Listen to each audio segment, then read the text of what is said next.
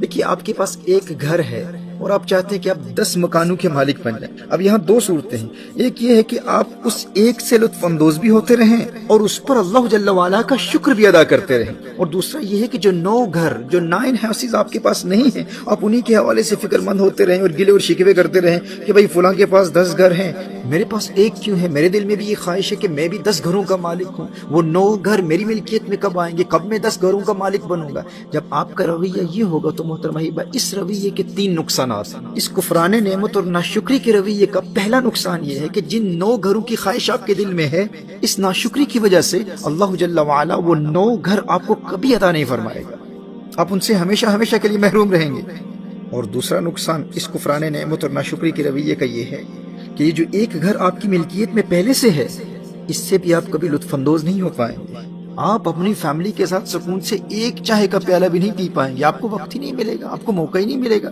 آپ کے ننھے بچے آپ کے ارد گرد کھیل رہے ہوں گے اور آپ کو ان کی ننھی مسکراہٹوں اور محبتوں سے کبھی لطف اندوز ہونے کا موقع ہی نہیں ملے گا، آپ کے پاس وقت ہی نہیں ہوگا، کیونکہ آپ کا دل اس ایک گھر جو آپ کی ملکیت میں پہلے سے ہے اس کی طرف راغب ہی نہیں ہوگا، اس کی طرف توجہ ہی نہیں ہوگی۔ آپ کے دل میں فقط یہی خواہش ہوگی کہ کب میں 10 گھروں کا مالک بنوں گا، کب وہ مزید 9 گھر میری ملکیت میں آئیں گے۔ آپ ان مزید 9 گھروں کے حصول کے لیے اندر ہی اندر گھٹتے رہیں گے، پریشان ہوتے رہیں گے، اور جو ایک ہے اس سے کبھی لطف اندوز نہیں ہو پائیں گے۔ ناشکری کی وجہ سے اللہ جل وعلا کا یہ دوسرا عذاب ہے، اور یہاں میں ابھی آخرت کے عذاب کی بات نہیں کر رہا، یہ تو فقط دنیاوی عذاب ہے کہ دنیا میں انسان کس قدر پریشانی کی زندگی گزارتا ہے۔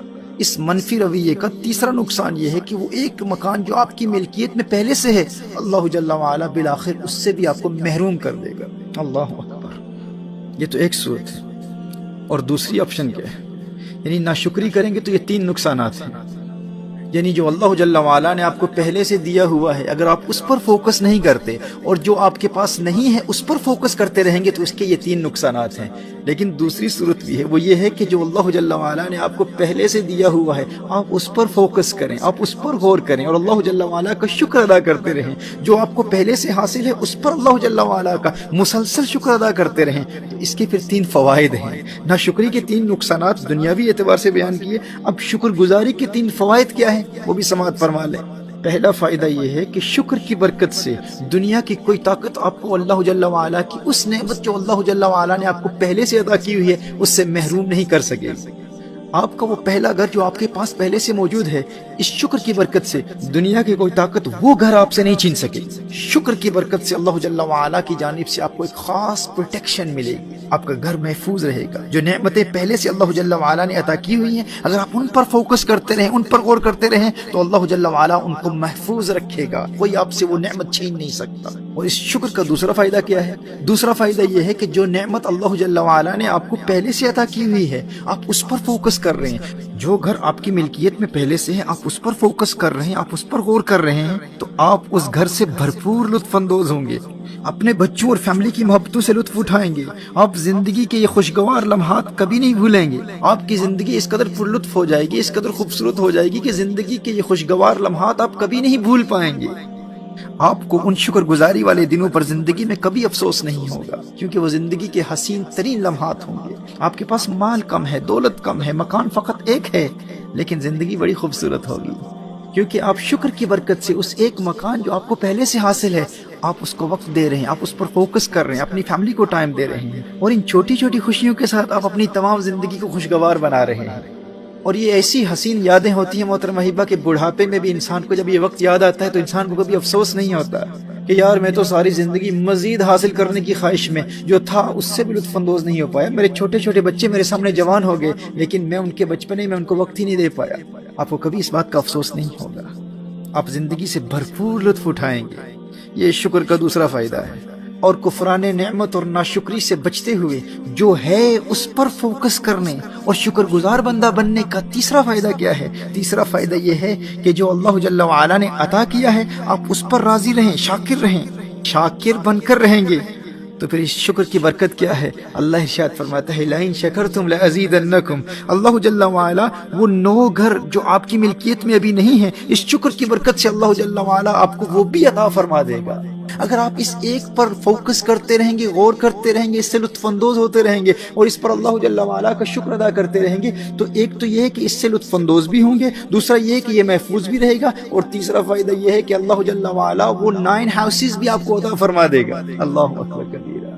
یہ 3 فوائد ہیں اللہ جل وعلا کے شکر ادا کرنے کے، اور 3 نقصان ناشکری کے کیا ہیں کہ جو ہے آپ اس سے کبھی لطف اندوز نہیں ہو پائیں گے اور بالآخر اس سے بھی محروم ہو جائیں گے، اور جو نہیں ہے آپ اس سے ہمیشہ ہمیشہ کے لیے محروم رہیں گے۔ محترم احبہ، جو اللہ جل وعلا نے آپ کو پہلے سے عطا کیا ہوا ہے نا، خوشی کو اسی میں تلاش کرنا ضروری ہے۔ یاد رکھیے، جو خوشی ہے نا، خوشی کا انحصار ان مادی اشیاء پر نہیں ہوتا۔ دیکھیے، جو شخص چھوٹے گھر میں خوشی حاصل نہیں کر سکتا، وہ بڑے گھر میں کبھی خوشحال زندگی نہیں گزار سکتا، یہ ممکن ہی نہیں ہے۔ جو ہے اس میں خوشی کو تلاش کریں، اللہ جل وعلا وہ بھی عطا فرما دے گا جو آپ کے پاس نہیں ہے۔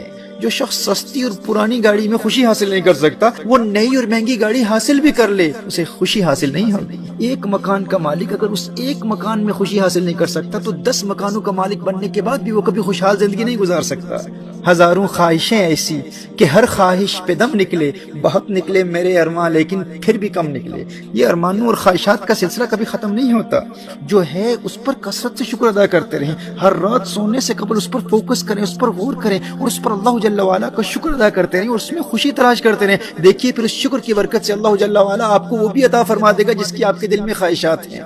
اور محترمہ احبہ، یہ زندگی آسان بنانے اور خوشحال زندگی گزارنے کا ایک ایسا آسان طریقہ ہے جس سے انسان ہر قسم کی ٹینشن سے فری ہو جاتا ہے، ہر قسم کے ذہنی دباؤ سے فری ہو جاتا ہے۔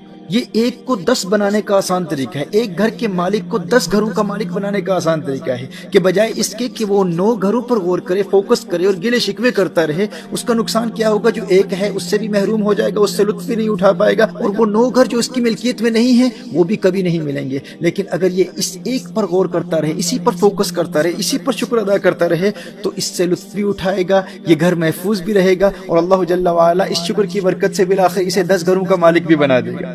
دیکھیے، اسی طرح اگر آپ کے پاس 1 لاکھ پاؤنڈ ہے، 1 لاکھ ڈالرز ہیں، یا 1 لاکھ روپیہ ہے، اور آپ چاہتے ہیں کہ آپ 1 کروڑ روپے کے مالک بن جائیں، تو 99,100,000 اس 99 لاکھ کے نہ ہونے پر گلے شکوے نہ کریں، بس اس 1 لاکھ پر شکر ادا کرتے رہیں۔ آپ اس 1 لاکھ سے لطف اندوز بھی ہوں گے، وہ ضائع بھی نہیں ہوگا، اور اس 1 لاکھ پر کثرت سے اللہ تعالیٰ کا شکر ادا کرتے رہیں گے، تو پھر دیکھیں شکر کی برکت سے اللہ جل وعلا اس 1 لاکھ کو 1 کروڑ میں کیسے بدل دیتا ہے۔ آپ حیران ہو جائیں گے، یہ کیسا آسان طریقہ ہے زندگی گزارنے کا، ٹینشن فری زندگی۔ آپ کیوں پریشان ہوتے ہیں؟ ٹینشن فری زندگی گزاریں، ریلیکس، انجوائے یور لائف۔